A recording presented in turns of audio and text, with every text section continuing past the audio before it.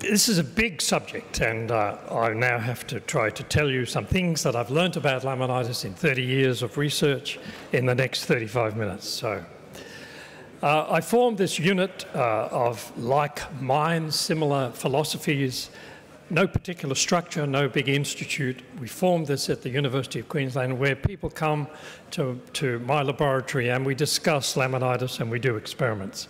And our aim has always been to try to discover the mechanism of laminitis, and I hope to share with you a little bit about that today, and also to try to make it a preventable, if not treatable, disease. Now, way back in 1996, this is one of the first scientific papers that I published. I didn't start laminitis research until I was 40 years old. I'd already been in veterinary practice for 15 years after graduation, and I was a general practitioner with dairy cows, with horses, with Australian stock horses, with beef cattle, but it wasn't till I was 40 that I joined the university and finished my PhD. So it all started then. I'm a newcomer to laminitis research.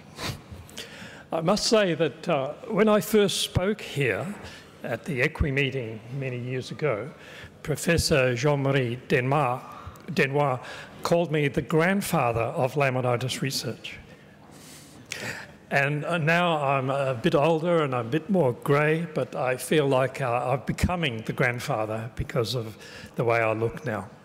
Anyway, we published this article in 1996, and for the first time we showed that the laminitis process involves separation of two types of tissue, the epidermal hoof tissue from the corium, or the dermal tissue, a separation of these two, and when they were separated, the distal phalanx was allowed to sink into the hoof capsule.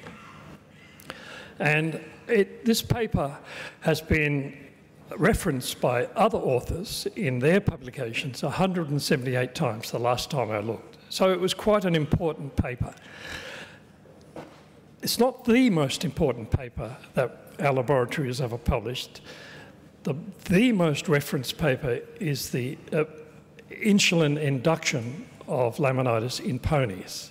And then later, the next one is the induction of laminitis in standardbred horses simply by administering insulin to those horses. But this is still pretty important.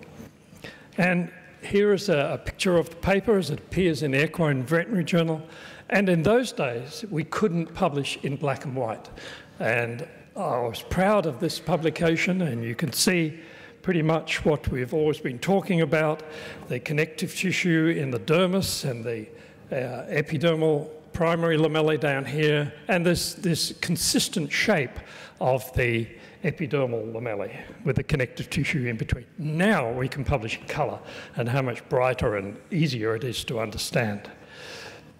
Later, I published on laminitis for the first time, and again, we could see basement membrane separated from the epidermis, which is over here, so we could visualize the separation process. Distal phalanx here, dropping away, and the hoof capsule over here rotating away from the distal phalanx. But how much better it is when it appears in colour. We can demonstrate it far more clearly. What I want to point out here is all of these little black dots are in fact inflammatory cells. So a few hours after laminitis has occurred, it is an inflammatory process. Not at the beginning, it is truly laminitis, but about 48 hours, 76 hours after the process has begun. The damage causes inflammation, so it's not, inflammation isn't the cause of laminitis. But we hate this disease. We hate to see horses in this situation. So painful in breaking over that they walk, as you know, trying to walk on the palmar aspect of their feet. So what happens? What do we call this disease? I like to call it a failure of the suspensory apparatus of the distal phalanx. Can't put that into one word. Not even Fourbure is correct. So we're still looking for a correct word. Maybe Lorenzo has a solution to that problem.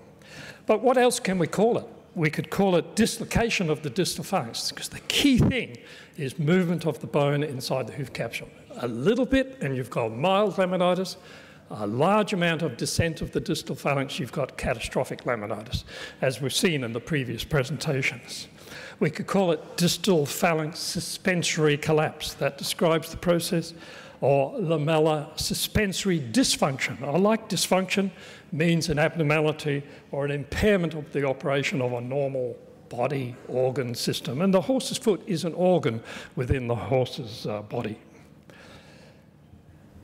Well, the process starts at the cellular level. I like to start with the building blocks of the mammalian body. We're all built of single cells. Plants are made of single cells, all joined together, forming structures. Kidney cells, heart cells, were all built of cells. We can start with the horse's most important cell, the epidermal basal cell. I've drawn it here, small. You see where it is. It's in the lamellae, and I can enlarge it to tell you some details about this very, very important cell. You can see the nucleus in the middle, and that has all of the information that those cells need to maintain the suspensory apparatus function. The nucleus is sending out messages to the cytoplasm within the cell to make proteins, to make enzymes, to do this job, to do this function. And maintaining connection between the cells are these yellow filaments of a very familiar molecule to farriers and to veterinarians, and that's keratin. These are small elements, strings of keratin, holding the nucleus in the middle of the cell and keeping the cells connected to each other. And they're connected from side to side by desmosomes. These are like welding sheet metal together, plaques of connection. So they keep all of the cells connected in this direction from side to side. And then we have connected to the basement membrane, which we've drawn as a sheet in yellow here, connected to the connective tissue that's attached to the bone. We have the so-called hemidesmosomes. So they're part of the attachment system. The hemidesmosomes keep the lamellae attached to the corium, or the connective tissue, and the desmosomes keep the cells connected in this direction and to the cells above them. But there is another element, quite important, not very often mentioned, but it has come to my attention. There is another connection system. This one is very, very elastic, and it's called actin. Actin's in muscle cells, allows muscles to contract and shrink and expand and contract. So we have this sort of tissue, this sort of molecule within the basal cell, keeping the cells connected in this direction. It's not involved in the connection of the cells to the basement membrane, only to each other from side to side. Now, I've shown this video before, so I won't show it again, but the suspensory apparatus, you see that the distal phalanx can be depressed inside the hoof capsule, but it will spring back because of the suspensory apparatus. And you saw that, you explained that. So what is the suspensory apparatus? I have to describe it. One of the essential things about laminitis research was that when we saw the pathology, we had to understand the normal anatomy to be able to describe and understand the pathology, what has gone wrong to a normal functioning system. So all my research has been involved with anatomy and then anatomical pathology. What has gone wrong with those tissues? So we've drawn this diagram, which is again in this book. We've got the distal phalanx that you can see here, a part of it, and this is the collagen portion of the suspensory apparatus. This is the sublamellar plexus. In between these collagen bundles are large veins.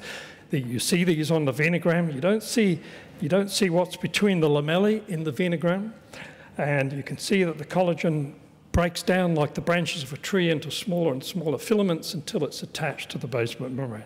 But remember, this is a dynamic system. This is functional. It is subjected to the load and the unloading that we mentioned before. So this video should operate. Yep. So this is to remind us, that the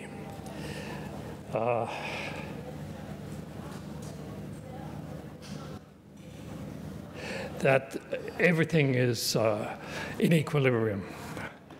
The muscles of the horse above, the galloping, the head movement, everything comes down to that distal phalanx moving inside the foot. So this is a very tough suspensory apparatus. It can support 1.7 times the horse's weight at the lamellar level. Very potent, very strong. Normally throughout the horse's life it produces no problems whatsoever. We only know of its existence when it fails with laminitis. The surface area of the lamellae of the inside of the hoof is surprisingly large. When we straighten out the lamellae, we've got something that is the size of this table beside me. Just short of 1 metre square is the surface area of the inside of the hoof capsule. So that little cup is expanded to an enormous suspensory surface area for attachment. And interestingly, we talked a little bit about this yesterday. We've got the centre of articulation of the distal interphalangeal joint, but the centre of pressure and the ground reaction force lines up in front of the centre of rotation. And as we saw from Denis' demonstration and the electronic demonstration yesterday, it's positioned in front of the foot. So I was intrigued to see that the suspensory apparatus aligns perfectly with that ground reaction force vector line. So I've drawn the suspensory apparatus here. So this connective tissue is opposing the ground reaction force. All around the horse's foot, I've only drawn it in the dorsal plane there, but it, of course, works all the way around to the bars as well as the heels. You can see it with the naked eye. I've injected the blood vessels here with a coloured plastic. You can see the veins of the sublamellar plexus. The red is the arteries. You can see the arteries penetrating between the lamellae. But these are the collagen bundles. These are like miniature tendons holding the hoof to the bone. They're deeply embedded inside the bone. If I do this cross-section in this level, previously, we always cut the hoof in at right angles to the bone. This gave a misleading appreciation of the suspensory apparatus. It was only when I cut the tissues in that plane that we came to comprehend the full function of the suspensory apparatus. So here are the lamellae, a little bit longer now because they're cut obliquely. Here is the sublamellar plexus, with the collagen bundles now cut along the lines of their orientation. Here's the distal phalanx. Here's the big artery, the terminal arch inside the distal phalanx. And here is the solar plexus with its large venous plexuses within. This is the solar corium, I should say, the solar dermis, with its large veins. And here is the horny sole. A nice view is this one. Now you can see all of those bundles coming off the bone, holding on to the lamellae above. I mentioned before, the surface of the distal phalanx is perforated by thousands of small holes. We recognise these large holes because we see them on the radiograph, but what we don't recognise is the surface of the bone is penetrated by thousands of small holes, and through each of these holes an artery comes through. Big arteries here, small arteries here. These arteries go directly to the lamellae to supply that vital glucose. Here are the lamellae, and of course there are more lamellae dorsally where the breakover load is greatest, and as we come round to the heels there's only half as many lamellae where the forces of locomotion and load bearing are less. This is cut in at right angles, and you can see there's no appreciation of the suspensory function of the connective tissue, but it allows me to show you what the lamellae look like. This is the traditional view of the lamellae.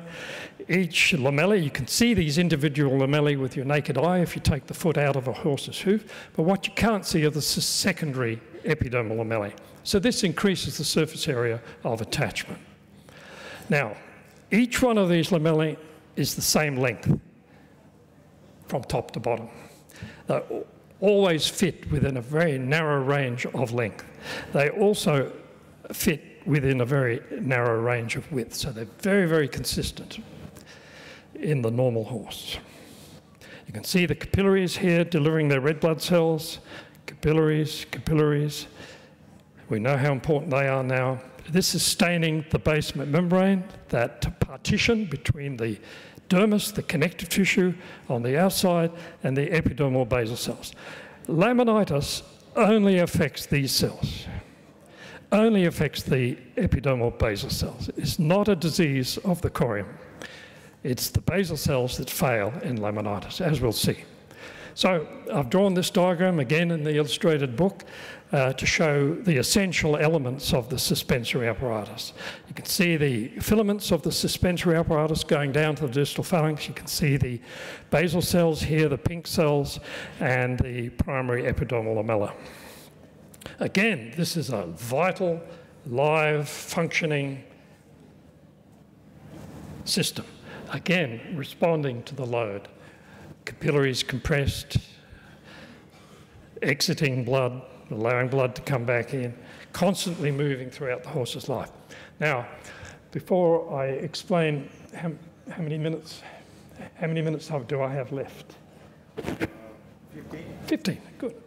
Right on time. Excuse me for a moment.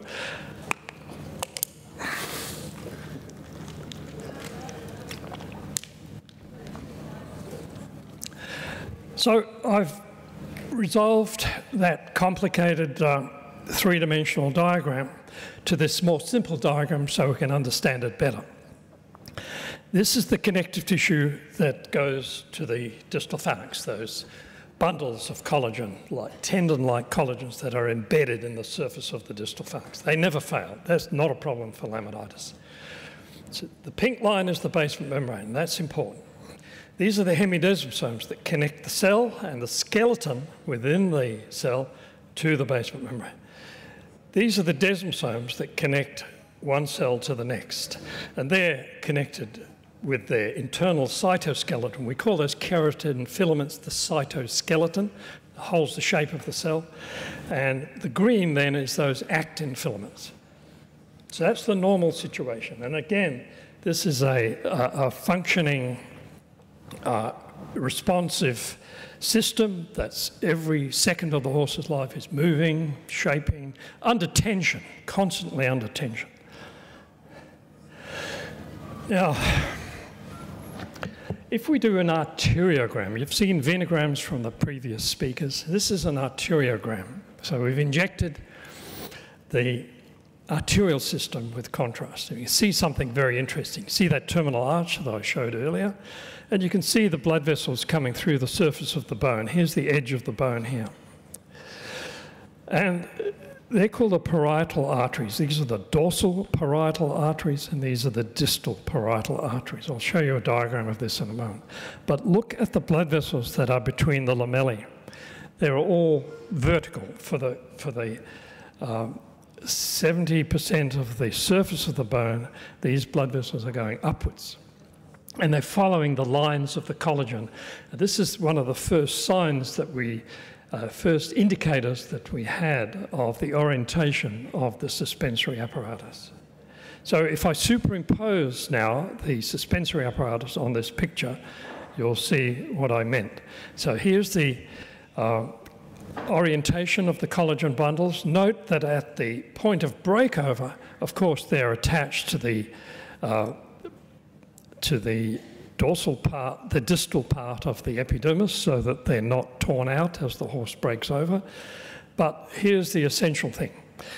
That collagen is not only suspending the distal phalanx, it's also suspending the coronet. The coronary papillae have collagen in their bodies as well, and they're all connected down to the distal phalanx as well. So it follows that if the distal phalanx sinks, it will cause a severe disorientation of the coronary band papillae. We'll see why that's important in a moment. Also, these are the terminal papillae that grow the white line, or form the white line. And when the distal phalanx sinks, of course, the terminal papillae, or the horn associated with those papillae, is also disorientated, as we'll see. So the suspensory apparatus keeps the bone suspended inside the hoof capsule, never touching the horny sole. The bone is never in contact with the ground. It's always suspended. The horse is unguligrated. It walks on its hooves, not on the pads of its feet like we do.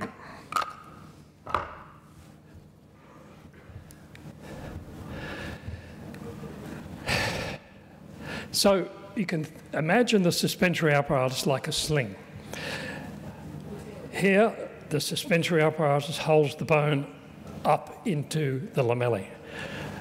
On the palmar aspect, we've got the deep flexor tendon attached by the check ligament, the proximal check ligament, to the palmar aspect of the cannon bone. You can forget about the rest of the deep flexor tendon, that's on a flexible muscle. But we've got a sling from the check ligament through the deep flexor tendon attached to the palmar aspect of the bone, and then the suspensory apparatus on the other side. And above that, we have the body weight of the horse. So I like to make it create the apparatus, symbolism of a sling. And if we have this person sound asleep inside the sling, and this is the deep flexor tendon, and this is the suspensory apparatus here. If we were to cut that, of course, there'd be a catastrophic collapse of the person in the sling. Now, this image is very, very important. I'm going to show you laminitis developing in 10 seconds. And this is not a fake. This is not a morph of several radiographs. This is us treating the lamellae with heat for 60 minutes. If we put a cadaver limb fresh off the horse into warm water at 60 degrees Celsius for 60 minutes, all of the lamellae are totally destroyed. And then when we load this foot, you'll see collapse of the suspensory apparatus occurring almost immediately. And there's a couple of things I want you to notice. You'll see when we activate the video that the sole will collapse as the bone descends. You'll also see that the extensor process drops into the hoof capsule. But what you won't see is rotation of the bone. You'll see some rotation, capsular rotation of the hoof itself. So hopefully activating it, here we go. Down it goes. Catastrophic laminitis in front of your very eyes. So the sole is depressed and we've got this large space. Now you can see the epidermal lamellae on this radiograph. They're here. These are the dermal lamellae and this is the epidermal lamellae. The white line there on a good digital radiograph is the inner border of the hoof wall.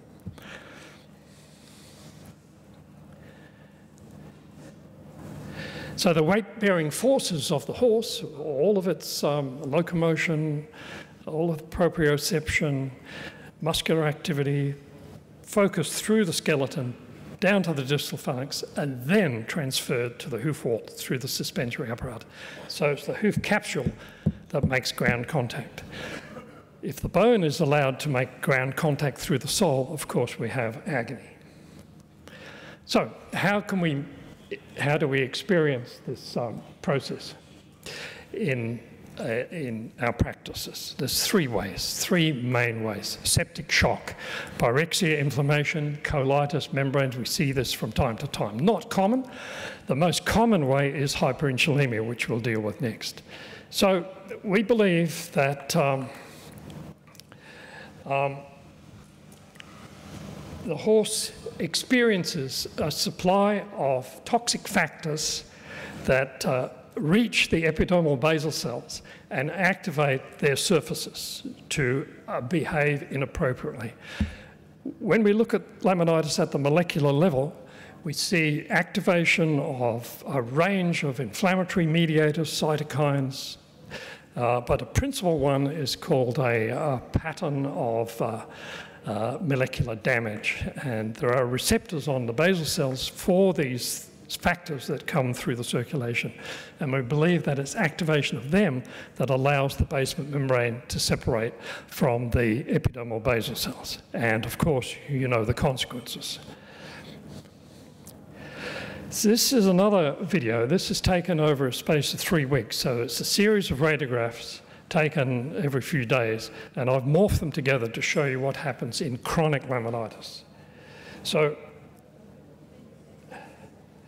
now you'll see pretty much what we showed before, but this is 3 or 4 weeks later. We've got the distal phalanx crushing the sole, causing the sole to be no longer concave but convex, very, very painful. We've seen the connective tissue at the coronary band sink downwards as the extensor process collapses in, and we've seen this formation of gas underneath the Huth wall. So this distal phalanx should have been there, and now it's down there. So what has happened? I've developed a biopsy technique. We can see what happens to the basal cells of the lamellae. You've seen a picture of the lamellae. You've seen how they look like this normally, and they have this length and this length. Within 24 hours, these lamellae are stretching. They're becoming longer. And you can see in your mind's eye now, if they're longer, they're weaker, allowing the distal phalanx to move. 24 hours, a few hours later, worse situation. The basement membrane is now no longer attached to the majority of the basal lamellae, the epidermal lamellae and the basal cells. It's now becoming stripped off, like pulling a glove off a hand, off your fingers. And worse still, it gets to the point where there's very little basement membrane, very little connective tissue attached to the Huth, and it's all attached to the bone. So of course the bone is allowed to collapse. And sometimes we see laminitis like this. We call this maybe the sinker syndrome, which is a bit of a misnomer. But notice how we've got the remains of the epidermis here within the connective tissue. This has been cut off the bone would be here. You recognize that as a Huth wall. Sometimes it totally separates and allows the distal phalanx. These horses can't even stand up. They're in so much pain. So what has happened? I drew this diagram before. This is the situation after laminitis has occurred. So if I activate the video,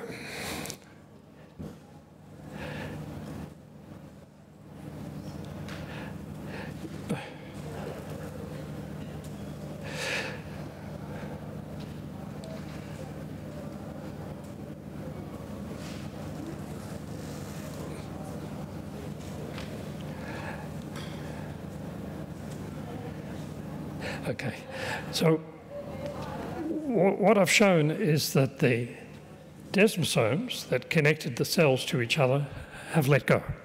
So of course the lamellae stretch in length. They've also let go to their basement membrane. So of course the connective tissue falls away with the collagen still attached to the distal phalanx. So this is the essence of laminitis. No inflammation, no failure of the blood supply. These tissues are receiving signals from damaged tissue elsewhere in the body that makes the cytoskeleton, all of those elements within the cell, separate. So the nucleus changes shape, as you'll see in the histology in a moment.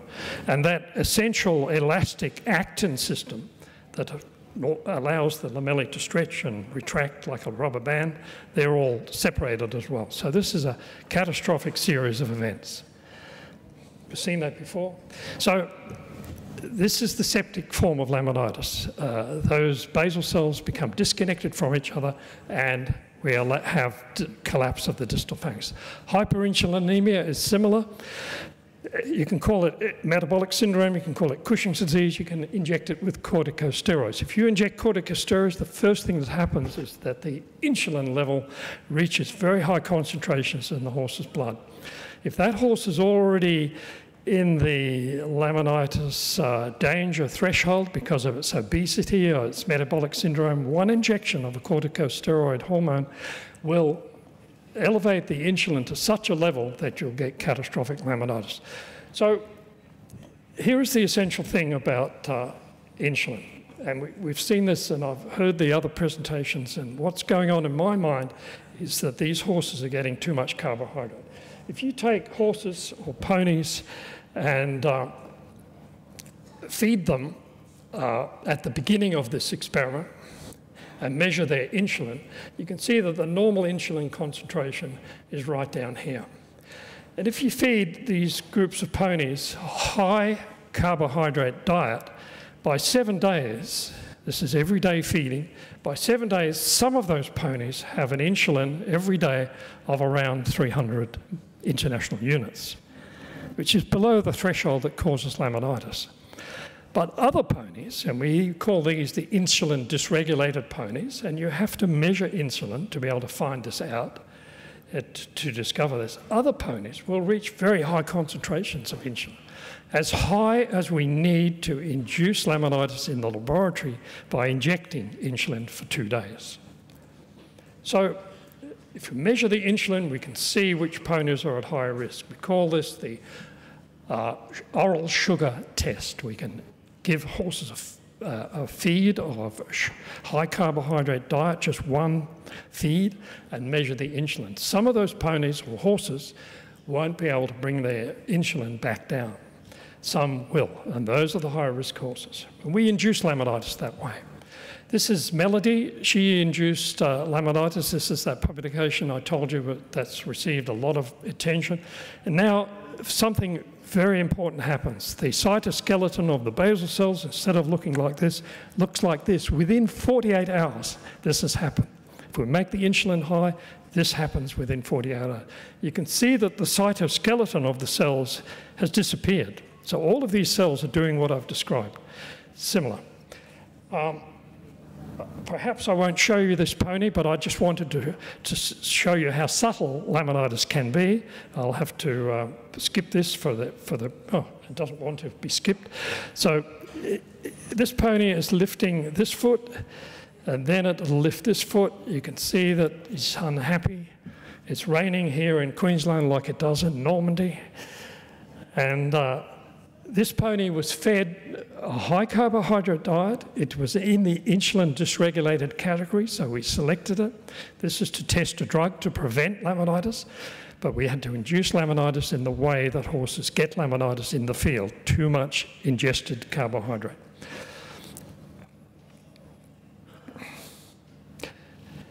Now, when we induce laminitis in these horses, the one essential measurement that I found critical, this is before, and this is 48 hours later, the one measurement that changed when we very accurately measured the distance between the distal phalanx and the outside of the hoof, the one essential change was this most distal measurement. So in other words, the hoof capsule is slowly rotating as these horses develop laminitis. These were clinically lame horses at 48 hours from excess insulin in their blood, at the range that I showed you occurred normally when we fed them too much. And the other interesting measurement was the true sole depth from the tip of the bone to a contrast medium that was applied to the sole of the foot, and that decreased. So they were the significant changes. So it's very important to measure those very accurately. So laminitis from insulin, when I go back, laminitis from insulin doesn't involve metalloproteinase activation, and it doesn't involve it in the previous model either until many days later. But the basement membrane stays attached in the insulin model. It's only the separation of the cells between each other and to their neighbours that allows the lamellae to stretch. So there's a chance that you can reconstruct these lamellae if your treatment is quick enough and effective. As the previous speaker mentioned, the lamellae are loaded with receptors for insulin. It's called insulin-like growth factor, and when insulin is in excess, these tissues respond. They don't normally respond to IGF, but they do when the insulin is very high. So it's an abnormal reaction. Environmental temperatures, I wanted to mention how effective cryotherapy was. You probably already realised that, but I got insight into how horses' feet can be controlled. I was in Norway and placed thermo-measuring probes in the hoof, and you can see that even when the temperature was down to below -10, -12, a horse's foot is capable of vasodilating and heating, and at the same time the opposite foot could be cold. So the horse's foot is able to exquisitely control the temperature of its feet through those arteriovenous anastomoses, delivering hot blood to the lamellar interface. And that led us to develop cryotherapy, where one foot was kept cold. And this is the only proven preventive, the only effective, proven preventive, scientifically proven preventive that we have. When cryotherapy is applied, the horses have 10 times less chance of developing laminitis. When they had colitis, often a almost sure reason to develop laminitis, when you applied cold in the early stages, it was 10 times effective. So it's statistically proven to be scientifically correlated. Also, aren't we lucky the horses can tolerate this freezing cold temperature? We've got a single artery coming down the back of the cannon bone, dividing into two close to the surface, so the blood is being cooled as it goes into the foot by the process of arterial delivery. We can keep the iced water high, just below the carpus, just below the knee, and keep the whole leg at this temperature. The horse is perfectly comfortable with that. We've kept it on for 4 or 5 days, never as long as Lorenzo has, but I wanted to point out that there are boots available. This is an American boot that wraps around the foot. It's very good at relieving. But what I want you not to do is to put cold, dry water ice against the skin, because that can cause serious damage. It has to be a slurry of water and ice. So what we know, this is my summary now, we've got the fundamental importance of that epidermal basal cell, that primary single cell that keeps the attachment of the lamellar interface to the distal phalanx. It has to be kept intact. We know from our studies that if we lose those attachment plaques between the cells and to the basement membrane, that the catastrophic cascade of laminitis will follow. So we are able to, we've achieved one of the objectives of our mission, and that is to prevent laminitis. We've delayed the application of cryotherapy to when pain starts, and it works just as effectively at the beginning of the chronic phase, if you like. Insulin laminitis, we've explained. There's now ways of reducing insulin that you'll hear about in the future, drugs that bring sugar out of the blood and lower the insulin. You'll see these coming onto the market soon. Supporting limb laminitis I haven't described, but of course that is when blood is static within the horse's foot, when the horse is forced to load one foot for a long period of time. If you do nothing, you get chronic laminitis. I'm going to have to jump through this pretty quickly, but what I want to emphasise to you, we've told you about microdialysis, we've told you how important it is to keep the horse moving, walking dramatically improves, but I wanted to point out the catastrophic consequences of chronic laminitis and how the distal phalanx sinks into the hoof capsule, and critically, the lamellae, of course, stretch. This is the normal situation, and this is several days later. So the lamellae have allowed the distal phalanx into an abnormal position. Venograms in form. Venograms over time, of course, as Lorenzo showed, we have compression of the coronary band, but we also have loss of circulation as the distal phalanx penetrates the solar plexus. We have these Huth growth zones. Most of us believed in the early days that the dorsal hoof stopped growing because you could see the converging bands of hoof growth from the heels converging at the, it's still growing, it's just growing out of sight. It grows below the level of the hoof that's visible, and it's growing towards the distal phalanx. And again, terminal papillae, they're dragged as the distal phalanx sinks into the hoof capsule. You'll see that the dorsal sole is dragged with it. I mentioned how the connective tissue is attached to all of these tissues. This is the white line zone, and over time this will grow onto the bone and cause a notch to form inside the, above the distal margin of the distal phalanx. This has been called Pollitt's blob because I described it, and this has been called Pollitt's notch because I described how that ingrowing horn destroyed the hoof.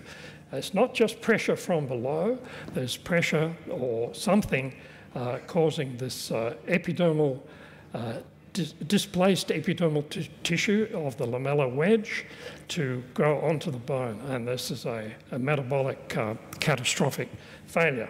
And you can see the epidermis here growing onto that bone. The bone is severely damaged. Once this is formed, this is the destruction of bone. These are osteoclasts eating the bone away, and it's a process that goes on. So that lamellar wedge grows into the bone and destroys it. And once this has occurred, you'll see, if we can make that video work.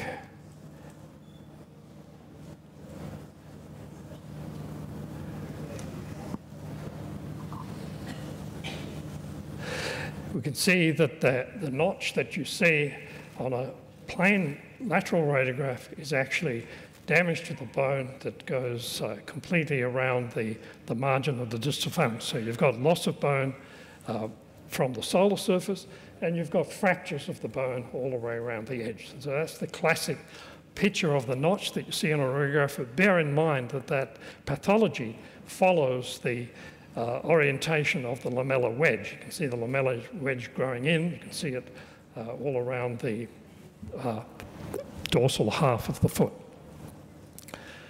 So to conclude, that loss of bone is permanent. I don't think it matters very much what you put on the sole of the horse's foot when they've got laminitis. You have to give them the opportunity over time to grow out the pathology. You've got to support the palmar half of the foot. You can do it with whatever shoe you like. We use these things. But what I want you to do is to base your approach to treating, caring for these horses on evidence, on scientific evidence. It's available. It's available in books, in publications, and from presentations like this. So,